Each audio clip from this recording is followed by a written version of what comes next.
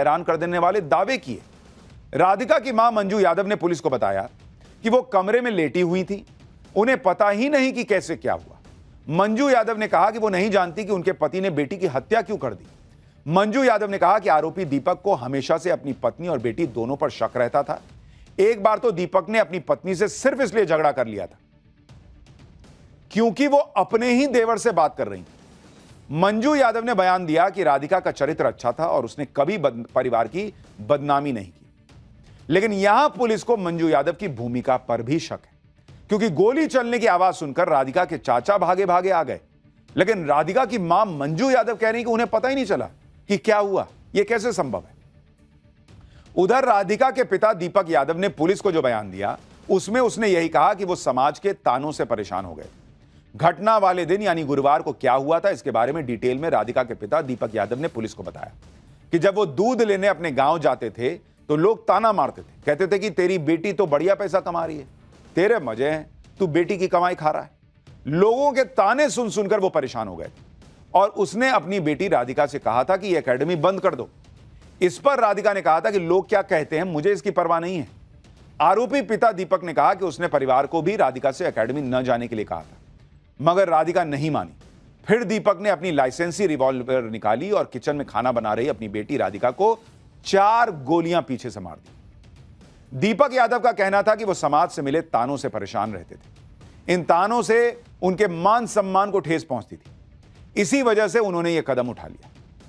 Police भी Radhika murder case की जांच अभी फिलहाल इसी एंगल से कर रही है और अभी तक इसी थ्योरी को मानकर चल रही है।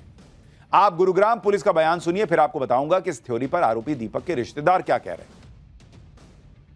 जो रीजन है घटना के पीछे, उसमें फिलहाल तक जो पाया गया है कि ये जो राधिका मृतका थी, ये कोई टेनिस एकेडमी अपनी चलाती थी, जिसको लेकर के इसके पिता नाराज थे और उन्होंने इसको कई बार बोला था कि ये एकेडमी न चलाए, और इसी नाराजगी के चलते इन्होंने गोली चला करके एक हत्या की वारदात को अंजाम दिया गया है।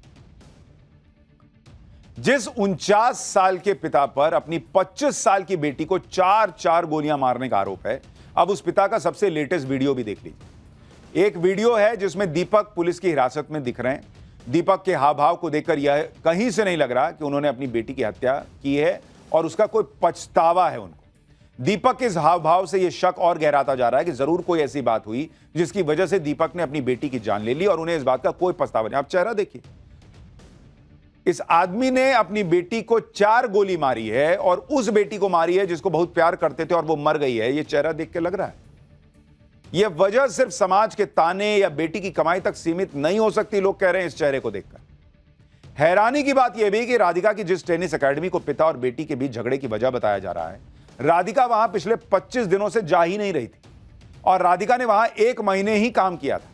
वहां बहुत कम बच्चे टेनिस सीखने आते थे, यानी एकेडमी बहुत ज्यादा चलती भी नहीं थी।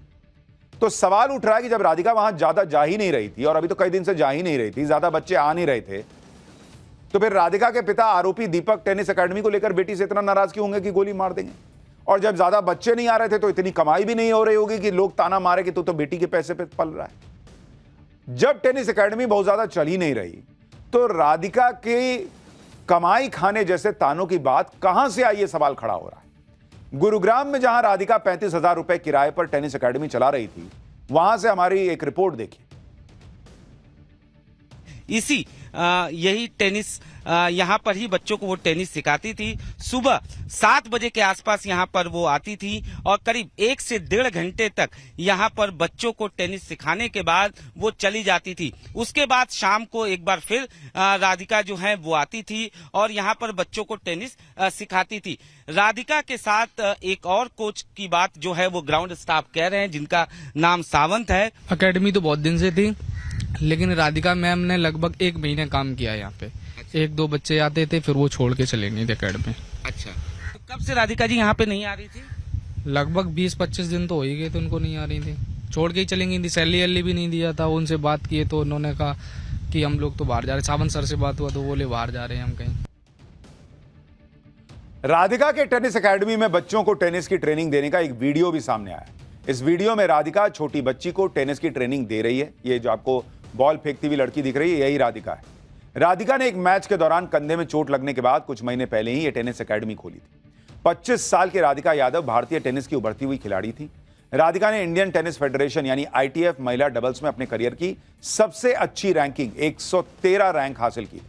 हरियाणा की महिला डबल्स रैंकिंग में वो 5वें स्थान पर थी। राधिका ने स्टेट लेवल पर कई मेडल जीतकर अपने पिता और परिवार का नाम भी रोशन किया था। पुलिस कह रही है कि राधिका की हत्या उसके पिता ने सिर्फ इसलिए कर दी क्योंकि वो टेनिस एकेडमी बंद नहीं कर रही थी। लेकिन यह दलील किसी के गले नहीं उतर रही, क्योंकि इस थ्योरी में कई झोल है। सवाल यह है कि जिस पिता ने खुद टेनिस एकेडमी में अपनी बेटी का एडमिशन करवाया, अपनी बेटी की टेनिस ट्रेनिंग पर करोड़ों रुपए खर्च किए और खुद अपनी बेटी राधिका को टेनिस एकेडमी खोलने के लिए रुपए दिए, वो भला टेनिस एकेडमी की वजह से अपनी बेटी की हत्या क्यों करेगा भाई? वो भी वो टेनिस एकेडमी जो ज्यादा चल भी नहीं रही थी। इसलिए ऐसा लग रहा है कि आरोपी दीपक अपनी बेटी के मर्डर में पुलिस से कुछ छिपा रहे हैं या फिर पुलिस को गुमराह कर रहे हैं। आरोपी दीपक के रिश्तेदारों को भी यही बात हजम नहीं हो रही। वो कह रहे हैं कि लोगों के ताने की फिक्र होती तो दीपक कभी अपनी बेटी को टेनिस ही नहीं खेलने भेजता। सुनिए लोग क्या कह रहे हैं। ये कहने की बात है, ये नहीं है, ऐसा नहीं है। कोई पिता नहीं चाहता मेरी बेटी क्यों कमा रही है। सबर बच्चों कामयाब करते हैं और दीपक ने ज्यादा मेहनत की अपने बेटे के पीछे, पूरा पैसा लगाया, पूरा टाइम दिया। बाहर तो उसके साथ जाते थे, 15-20 दिन बाहर रहते थे उसके साथ। अच्छा मधुर बढ़िया अच्छा रिश्ता था। बाप बेटी का जो एक अच्छा रिश्ता होता वो था जी। वो टेनिस की इतनी बड़ी खिलाड़ी थी, क्या सपोर्ट रहा था दीपक जी की तरफ से इनके करियर के लिए?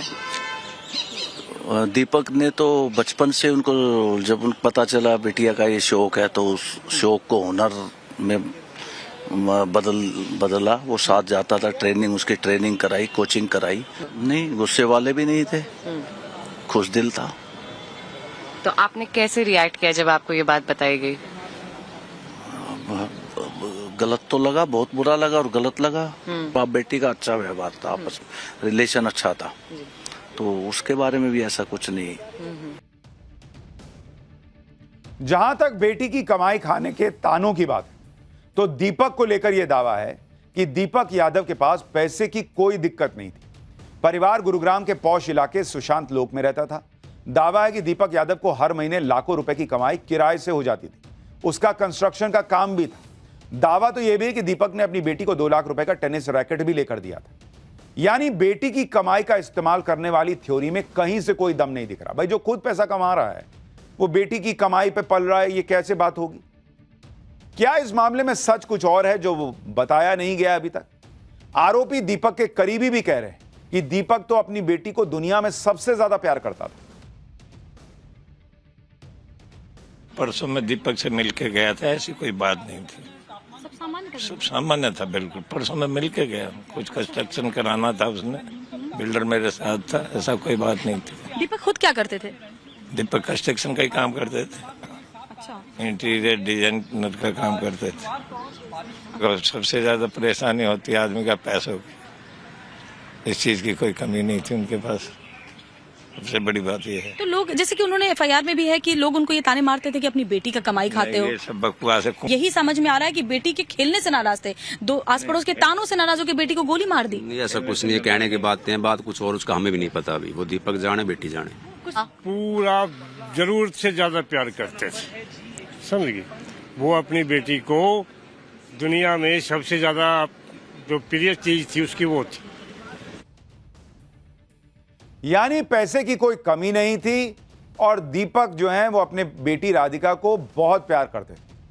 इसका मतलब अगर पैसा वजह नहीं है, ताने वजह नहीं है, वो तो खैर पुलिस बताएगी जांच के बाद, लेकिन जो अभी शुरुआती तौर पर लोग कह रहे हैं, तो फिर कुछ तो ऐसी बड़ी वजह है कि कोई पिता अपनी बेटी को जिसको बहुत प्यार करता है उसको 4-4 गोली मार के मार दे रहा है। राधिका यादव की हत्या के मामले में गुरुग्राम पुलिस को आरोपी दीपक की 1 दिन की रिमांड मिली है।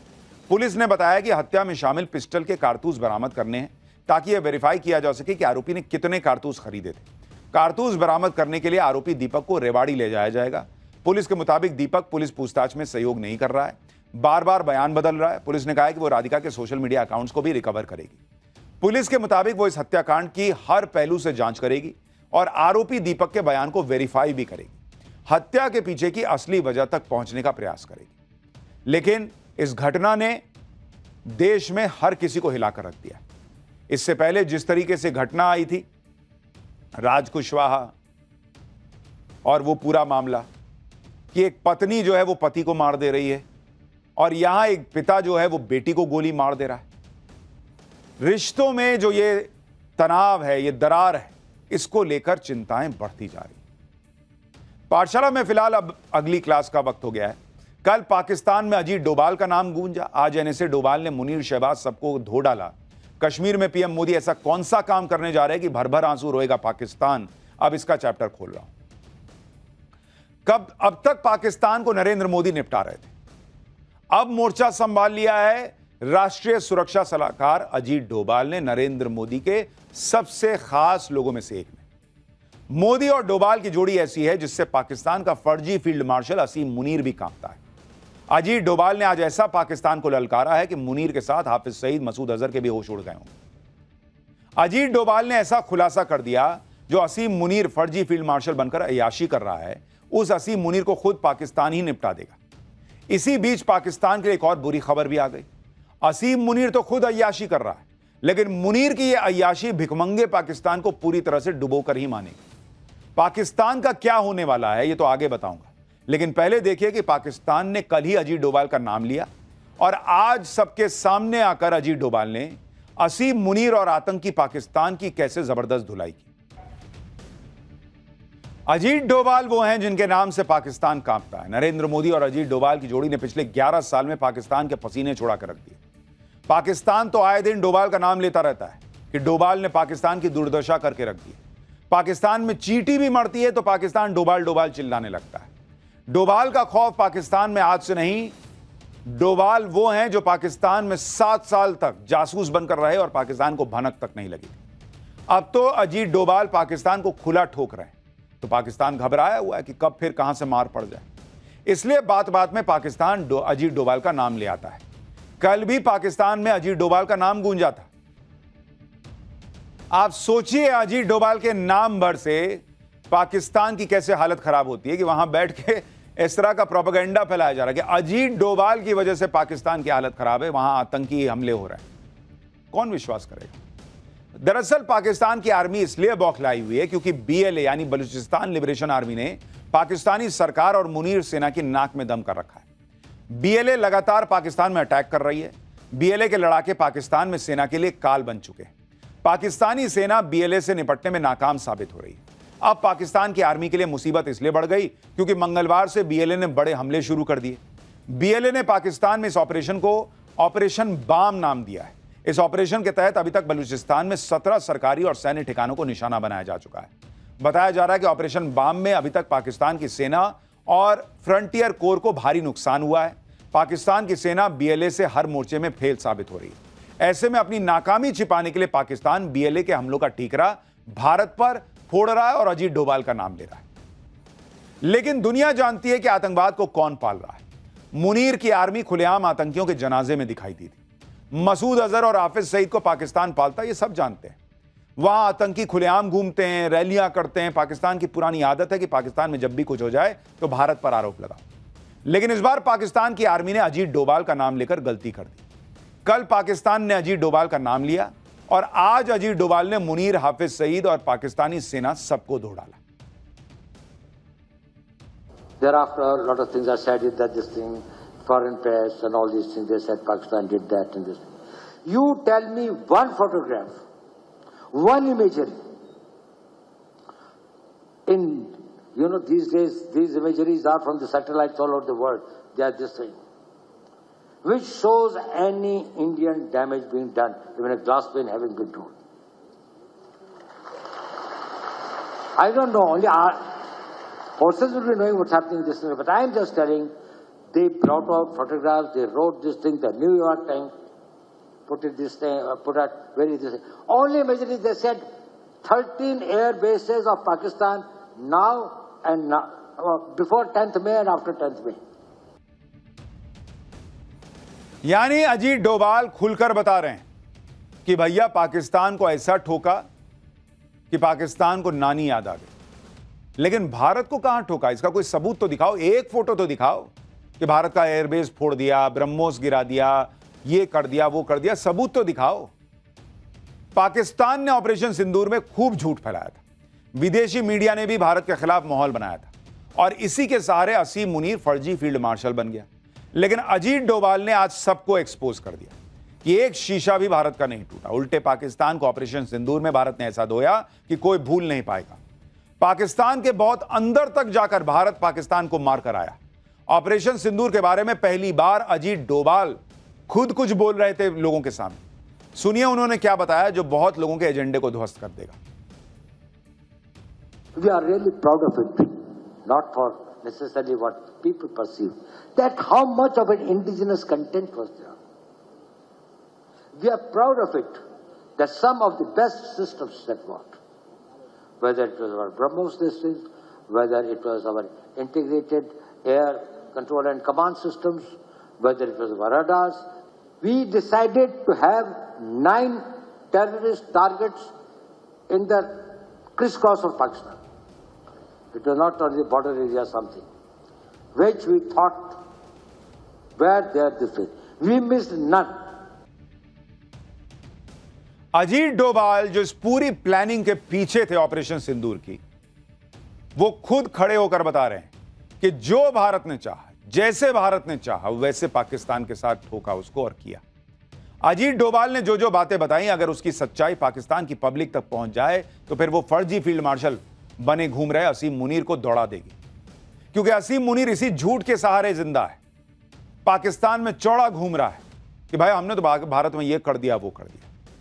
इसी झूठ के सहारे असीम मुनीर पाकिस्तान में ताकतवर हो गया। ताकतवर बनकर असीम मुनीर जमकर अय्याशी कर रहा है। हमने आपको बताया ही था कि असीम मुनीर आजकल ऐसे तेवर में है कि पाकिस्तान का राष्ट्रपति उसके सामने फेल है। लेकिन आप यह देखिए कि इधर मुनीर की अय्याशी चल रही है, उधर पाकिस्तान की जनता कंगाली से जूझ रही है, कंगाल से और कंगाल होती जा रही है।